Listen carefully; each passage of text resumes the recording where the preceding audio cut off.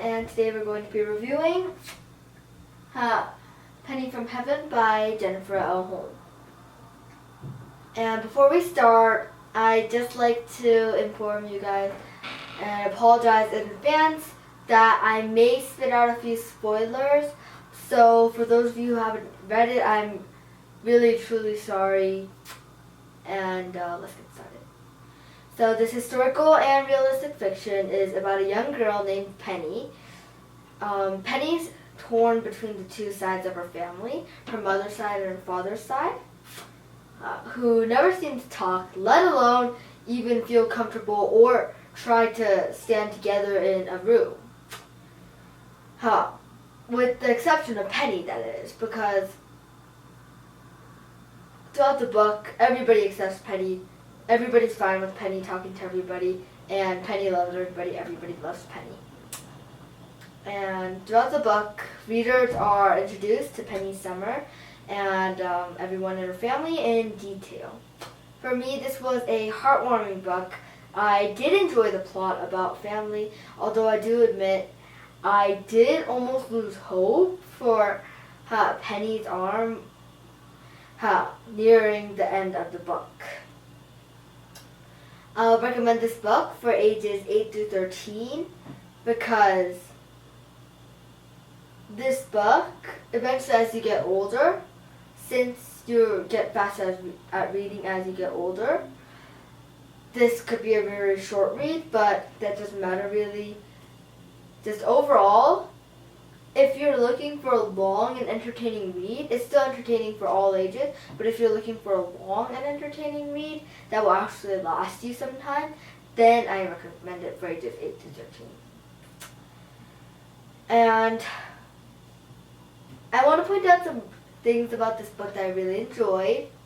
So one thing that I really enjoyed is that Uncle Dominic's and Penny's close relationship, because Uncle Dominic, he blames himself for what happened to Penny's father. He blames himself and he believes that, oh my God, I killed my own brother. So that's what he believes. But when he sees Penny, I bet you he's probably reminded of his brother, because most children, they mimic their parents' appearance. So he's probably really reminded of how Penny's father looked. So personally, I would have thought that he'd sort of act cold to Penny because he doesn't like this bad memory, but overall he actually does have a really cute and warm relationship. And whenever it says the strain leaves his eyes for a moment or something like that, I really do love how, like, around Penny, Uncle Dominic, he seems like to let go of the guilt that he's holding on to and the fact that he thinks that, oh my God, I killed my own brother. I like how he just lets go of that and he's just trying to make Penny happy. And I just think this relationship is a really cute and heartwarming relationship. Adding on to this, despite how tense the relationship between the two sides of the family are, Penny is still very close with everybody, and nobody really does treat her any differently. Everybody acts like, oh my God, we're a normal family, we always talk to each other. They treat her like that, and there's nothing, absolutely nothing at all that's anything close to awkward between Penny and her father's side of the family or her mother's side of the family. And at the end, between family, everything seems way more patched up than we expected, because in the beginning of the book, this family is introduced as like a torn family because repeating what I said earlier, they won't even talk to each other. They won't even try to figure out, hey, how are you? They won't even stay together in the same room. So really, it seems like a pretty hopeless relationship. But then at the end, everything's patched up. Everything seems way more patched up. Everything seems fine. And they also get to see at the end, during the middle actually of the book, the Brooklyn Dodgers and how Penny just has this little, obsession.